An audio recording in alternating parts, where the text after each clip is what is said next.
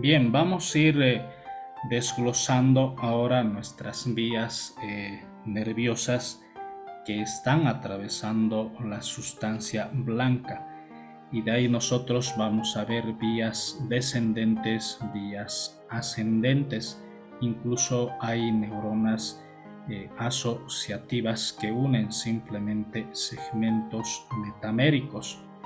En primera instancia, vamos a ver nuestras vías descendentes y de ahí encontramos estos tres tipos de vías que van a descender justamente nuestra médula espinal. La vía motora somática, y de ahí hablamos la vía córtico-espinal y la vía córtico-nuclear para nuestros pares craneales. Sin embargo, hay una vía que va paralelo o incluso trayecto diferente, que es la vía motora extrapiramidal.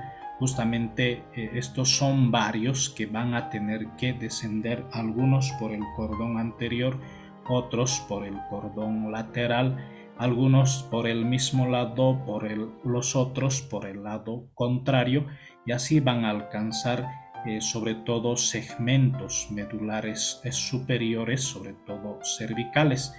Sin embargo, hay vías nerviosas que nacen a nivel del hipotálamo o regiones o núcleos subtalámicos que tienen que ver con la vía descendente de orden vegetativo que corresponden al sistema simpático y como también al sistema parasimpático.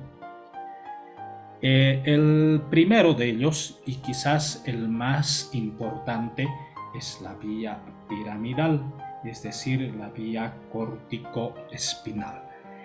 Si nosotros recordamos la conformación exterior, sobre todo el manto cortical de nuestro cerebro, la gran cantidad de estas neuronas se originan en este giro, es decir, en la circunvolución frontal ascendente, que es la área motora primaria. Pero también hay otras áreas donde también gran porcentaje de fibras que inician es en el área premotora, a nivel del pie de la segunda circunvolución, también a nivel del área motora suplementaria que se encuentra en la cara interna. Todos ellos son millones de fibras nerviosas que necesariamente tendrán que partir a partir de esas células piramidales, como se puede apreciar justamente en este corte del cerebro. Y fíjense cómo a través de este homúnculo motor se presenta de que nuestra cara, la lengua, fíjense, y la mano, por supuesto, contiene mayor cantidad de fibras nerviosas que van a alcanzar justamente esos nervios que van a tener que inervar estos segmentos corporales. Necesariamente estas fibras van a converger, tendrán que atravesar esta formación blanca para finalmente llegar a la cápsula interna.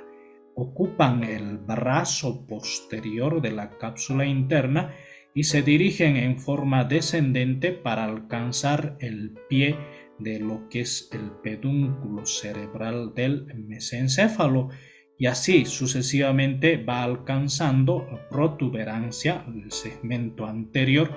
A ese nivel se va a ir disgregando. ¿Eso qué significa? De que se va a ir separando debido a la presencia de esta sustancia reticular, para finalmente ya a nivel del bulbo vuelven a unirse, y lo que ocurre a nivel del cuello del bulbo, justamente estas fibras descendentes de la vía piramidal, un 80, un 90%, se dirigen al cordón lateral del lado opuesto, fíjense, y de esa manera van a partir al cuerno anterior de la sustancia gris del bulbo en dos columnas, una columna anterior que representa la base, una columna posterior que representa la base, y de esa manera existe y ocurre la decusación piramidal. mientras que un 20 o 10% de estas fibras descienden por el mismo cordón anterior, del mismo lado, y así sucesivamente van a ir alcanzando ya segmentos medulares, y a partir de ella van a ir emitiendo, por supuesto, filetes a los cuernos anteriores de esta médula espinal, que en la siguiente imagen vamos a ir mostrando más o menos cómo van a terminar. La segunda es la fibra o las neuronas o las vías nerviosas que van a alcanzar los núcleos motores de origen de los pares craneales, y de ahí hablamos la vía córtico-nuclear.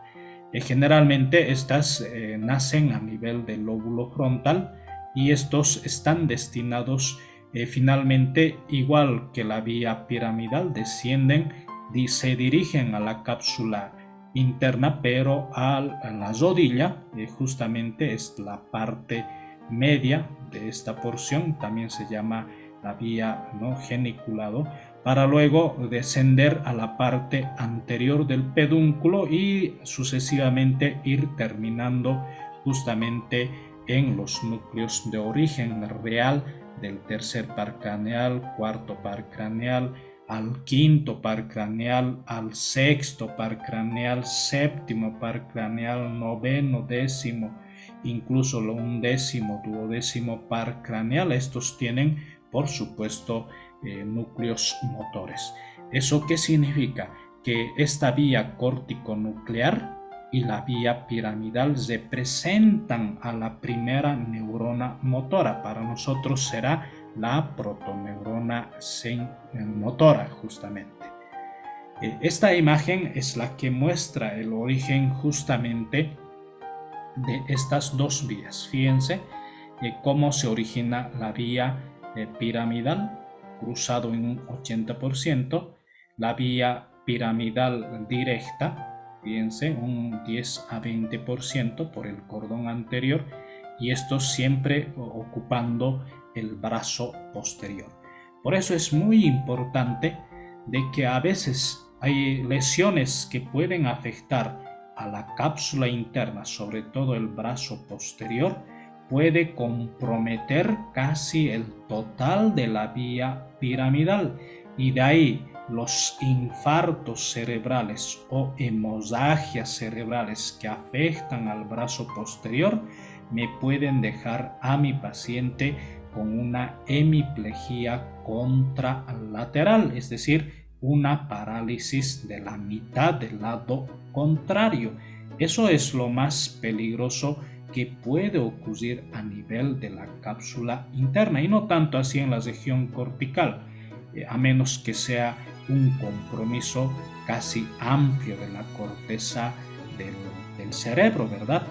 Ahora veamos la vía córtico-nuclear, cómo se originan estas fibras nerviosas, y a medida que van descendiendo van a ir terminando en los núcleos de origen real de nuestros pares craneales, y de ahí una lesión a nivel de la rodilla de esta cápsula interna nos puede causar problemas, incluso provocando parálisis centrales, es decir, de las primeras neuronas, entre ellos, por ejemplo, parálisis facial. Por supuesto, esto es un típico parálisis facial periférico, pero puede existir una parálisis central. O incluso cuando se afecta esto, ya nos va a causar, si hay compromisos parciales, alteración, por supuesto, en nuestros movimientos y en la coordinación de los movimientos. Si se dan cuenta, eso es lo que está ocurriendo entonces con nuestra primera neurona, que es motora. En este ejemplo, lo mismo, vean cómo la vía piramidal, el 80% se cruza, llega al cordón lateral. A partir de ella, emana, por supuesto, de 100 a esos núcleos del cuerno anterior, del mismo lado, y a partir de ahí nace la segunda neurona, una motoneurona alfa, que terminará en nuestros músculos esqueléticos. Ahora, ¿qué ocurre con la vía piramidal directa? Fíjense, el 10 o 20% que va por el cordón anterior, pero emana sus fibras, fíjense, al lado contrario, fíjense, al lado contrario del cuerno anterior. Y a partir de ahí nace la segunda neurona. ¿Eso qué significa? De que nuestra vía córtico-espinal cruzado, nuestra vía córtico-espinal directo, al final ambos son cruzados. El cruzado, el córtico-espinal cruzado lateral, justo a nivel del cuello del bulbo, el directo a nivel de la comisura blanca de los segmentos ya medulares. Por eso un compromiso a nivel de la cápsula interna o a nivel del pie del pedúnculo cerebral nos va a causar hemiplejías casi completas. ¿Por qué? Porque estas dos vías al final son ambos cruzados. Entonces, si se dan cuenta, eso es lo que ocurre justamente con la vía piramidal. ¿Qué ocurre con las vías extrapiramidales?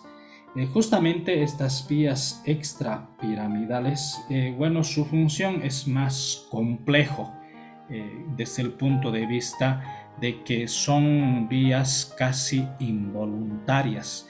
Estos nacen en regiones incluso subcorticales o tienen conexiones de la corteza con el tálamo, con los núcleos optoestriados, conexiones con el cerebelo que van a venir a los núcleos que se encuentran a nivel del tronco encefálico, y estos tienen que ver con el control, por ejemplo, del tono muscular, con el control, ¿no?, de la coordinación de los movimientos, ya sea voluntarios e involuntarios, y eso hace que sea una función más compleja. De ahí cada persona incluso va a mostrar una fisonomía diferente de un rostro, la forma de hablar, el típico de la marcha, incluso hasta dar elegancia a nuestra marcha tendrá que ver con estas vías extrapiramidales. Y de ahí vamos a ir nosotros mencionando así de rápido una primera vía extrapiramidal, que es el fascículo tectoespinal. Este fascículo inicia a nivel del núcleo tectal, que se encuentra en el tubérculo cuadrigémino superior. ¿Eso qué significa? Que el tubérculo cuadrigémino superior tiene conexiones con el cuerpo geniculado externo, y esas conexiones tienen que ver con funciones visuales, y de ahí a través de esta conexión dan origen a este fascículo que finalmente se dirige hacia abajo. Hacia atrás va a haber un entrecruzamiento. A esto se llama la decruzación tegmental posterior. Y finalmente cose por el cordón anterior del pedúnculo, protuberancia, bulbo, y llega a la médula espinal, y finalmente van dando filetes al cuerno anterior de nuestra médula espinal, y a partir de ahí nacen las neuronas, las segundas neuronas, que finalmente terminan los músculos cervicales. Este es el que va a controlar justamente los movimientos de la cabeza. Un ejemplo, como tiene que ver, por supuesto, con estímulo visual. Por supuesto, ves algo, inmediatamente giras la cabeza, y esa acción casi es automática o semiautomática. Entonces es la función que va a cumplir el fascículo tectoespinal. Otro fascículo que nace a nivel de este núcleo rubro, pero previamente tiene conexiones con los núcleos de la base del cerebro, incluso córtico-rúbricas, que también tiene que ver con funciones extrapiramidales. A partir de este núcleo rojo, también se dirige abajo y va a haber el entrecruzamiento anterior. Este es el entrecruzamiento tegmental anterior, para finalmente alcanzar el pedúnculo cerebral, el pie del de la protuberancia, la parte anterior de lo que es el bulbo y la parte más anterior del cordón lateral. Y a medida que va descendiendo va dando filetes en los segmentos medulares y estos terminan en el cuerno anterior para hacer sinapsis con las segundas neuronas, los cuales formarán parte de nuestras raíces anteriores. Este vía más tiene que ver con el control del tono de los músculos flexores de concha lateral del miembro superior. Otro fascículo es el vestíbulo espinal. Previamente conexiones con el cerebelo, por supuesto, nace en este núcleo vestibular de la región bulbo-pontina. Inmediatamente desciende por la parte más anterior del cordón lateral. Previamente tendrá que atravesar la parte del bulbo, luego recién alcanza segmentos medulares para terminar finalmente en el cuerno anterior y a partir de ahí hace sinapsis con las segundas neuronas que son ya periféricas, que forman parte de nuestras raíces anteriores. Esta función es más para el control del tono de los músculos extensores y sobre todo es el que va a mantener en una posición erecta a nuestro cuerpo.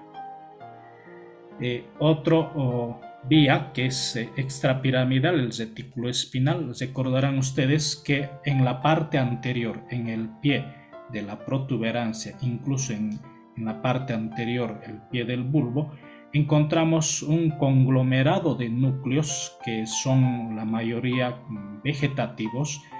A partir de ellas, por supuesto, nace estas fibras que corresponden a esta vía extrapiramidal.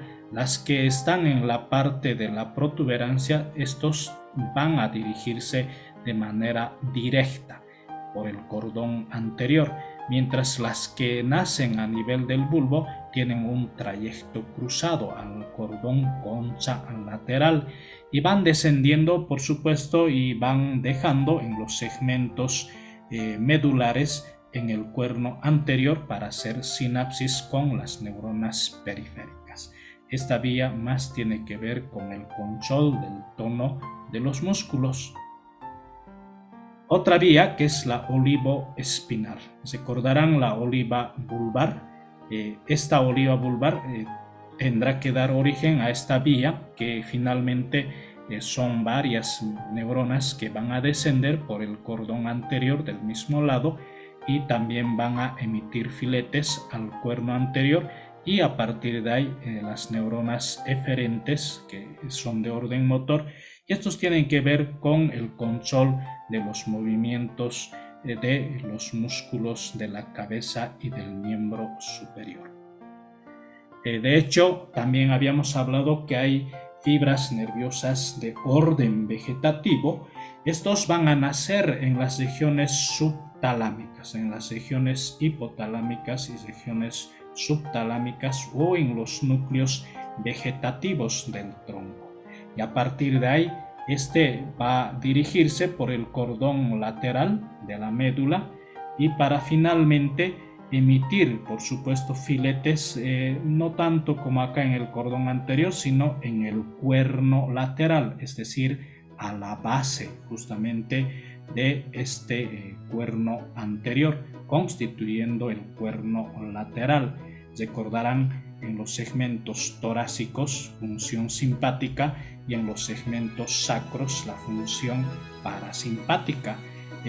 Los segmentos torácicos, en un ejemplo, a partir de ahí nacen los nervios simpáticos cardíacos y a partir de la función parasimpática tendrán que ver con control de los esfínteres y erección.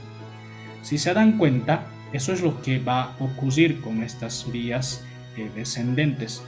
Acá lo que estamos mostrando son más neuronas periféricas, donde encontramos a nivel del bulbo, por supuesto, este núcleo que es el núcleo parasimpático cardioinhibitoria, para luego hacer sinapsis en el núcleo dorsal del vago, y de ahí nace este nervio vago a través de sus fibras preganglionares termina en los ganglios cardíacos y finalmente a nivel del marcapaso y el nodo atrioventricular, mientras que la función simpática es cardioacelerador.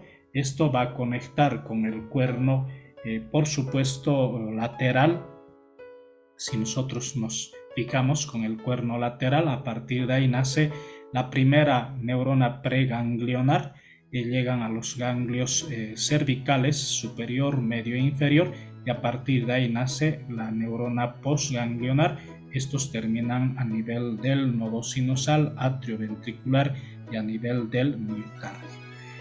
La función parasimpática lo que hace es que haya una bradicardia sinusal. Lo que hace el simpático es que haya una taquicardia sinusal. Eso es lo que concierne, por supuesto, a las vías descendentes.